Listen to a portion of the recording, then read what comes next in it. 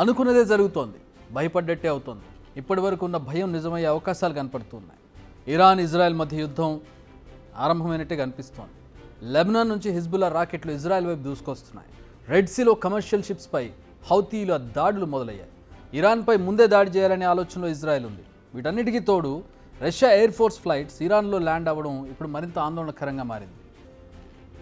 ఇజ్రాయెల్పై దాడి చేసి తీరుతామని ఇరాన్ ఇప్పటికే కుండబద్దలు కొట్టినట్టుగా చెప్పింది. అయితే ఇరాన్ నేరుగా దాడులు చేసే ముందు ఆ దేశం మద్దతిస్తున్న హిజ్బుల్లా దాడులు చేస్తుందని అంతా ఊహించారు. ఇప్పుడు ఆ ఊహే నిజమైంది. ఇజ్రాయెల్లోని బీట్ హిల్లెల్ ఏరియాపై హిజ్బుల్లా రాకెట్లు దూసుకొచ్చాయి. వీటిని ఇజ్రాయెల్ ఐరన్ డోమ్ సక్సెస్ఫుల్గా అడ్డుకుంది. దీంతో అంకురార్పణ పడినట్టు అయింది. ఈ దాడికి సంబంధించి అఫీషియల్ అనౌన్స్మెంట్ కూడా చేసింది హిజ్బుల్లా. ఇజ్రాయెల్ ఇంటెలిజెన్స్ డిపార్ట్మెంట్కు సంబంధించిన సామాగ్రిపై దాడులు చేశామని తెలిపింది.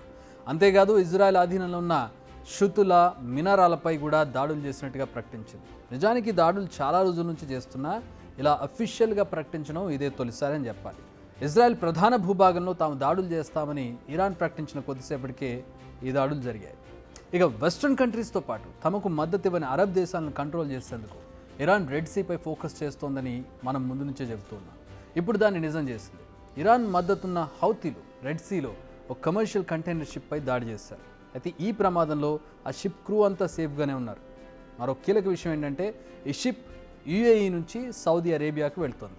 ఈ దాడిని మనం ఒక వార్నింగ్లా చూడాలి. ఎందుకంటే ఫ్యూచర్లో ఈ రూట్ను టార్గెట్ చేసుకుంటామని వాళ్ళు చెప్పకనే చెప్పడం.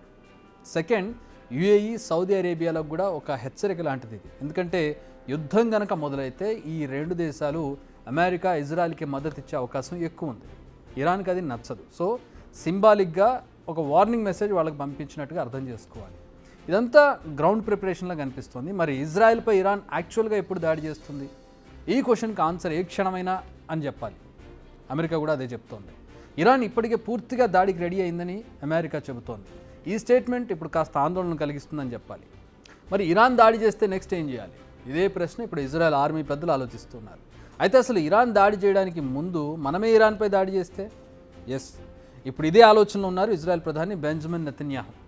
ఇరాన్పై అటాక్ చేసే ఆలోచనను పరిశీలిస్తున్నారు. Mossad chief David Barnea army చీఫ్తో ఆయన సమావేశం అయ్యారు. సో ముందు ఇరాన్ దాడి చేస్తుందా, ఇజ్రాయెల్ దాడి చేస్తుందా అనే కొత్త క్వశ్చన్ తెర మీదకి వచ్చింది. ఏ రాయనో ఒకటే పళ్ళు ఒడగొట్టుకోవడానికి.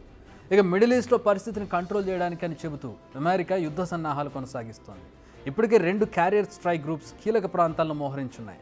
దీనికి తోడు మరో ఎయిర్ క్రాఫ్ట్ క్యారియర్ను ఇరాన్కు సమీపంలో ఉన్న హర్మోజ్ జలసంధిలో మోహరించింది అమెరికా. ఇరాన్ ఎక్కడైనా లైన్ క్రాస్ చర్యలు తీసుకోవడానికి రెడీ అన్నమాట.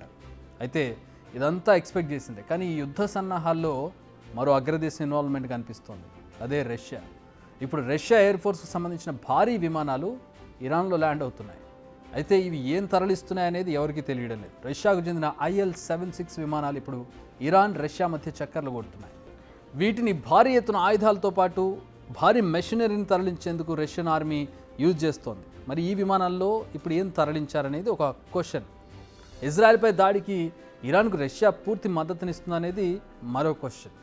ఇదే నిజమైతే చాలా బ్యాడ్ అవుట్కమ్ రాబోతుంది. అంటే ఇక్కడ అల్టిమేట్గా రష్యా వర్సెస్ USA, 2 భారీ దేశాలు, 2 బలమైన దేశాలు, ఆయుధ సంపత్తి, ఆర్మీ, ఎయిర్ ఫోర్స్ అన్నిటిలోనూ ఒకదానితో ఒకటి పోటీ పడే 2 భారీ దేశాలు, పెద్ద దేశాలు యుద్ధం చేస్తే ఎలా ఉంటుంది? ఇక్కడ హర్మోన్ జలసంధి గురించి కొంచెం స్పెషల్గా మాట్లాడుకోవాలి మనం. ఎందుకంటే రెడ్ సీ ప్రపంచ వాణిజ్యానికి ఎంత అవసరమో హర్మోన్ జలసంధి ఇరాన్కి అంతే అవసరం. ఇక్కడ ఏదైనా తేడా జరిగితే ఇరాన్ నుంచి క్రూడ్ ఆయిల్ ఎక్స్పోర్ట్స్ ఆగిపోతాయి. అది ఆ దేశానికి నష్టం. అందుకే ముందు జాగ్రత్తగా అమెరికా ఇక్కడ ఎయిర్ క్రాఫ్ట్ క్యారియర్ను మోహరించినట్టుగా తెలుస్తోంది. మొత్తానికి ఇప్పుడు పరిస్థితులు మొత్తం నివురుగప్పి నిప్పులా ఉన్నాయి. చాలా ఫాస్ట్గా డెవలప్మెంట్స్ జరుగుతున్నాయి.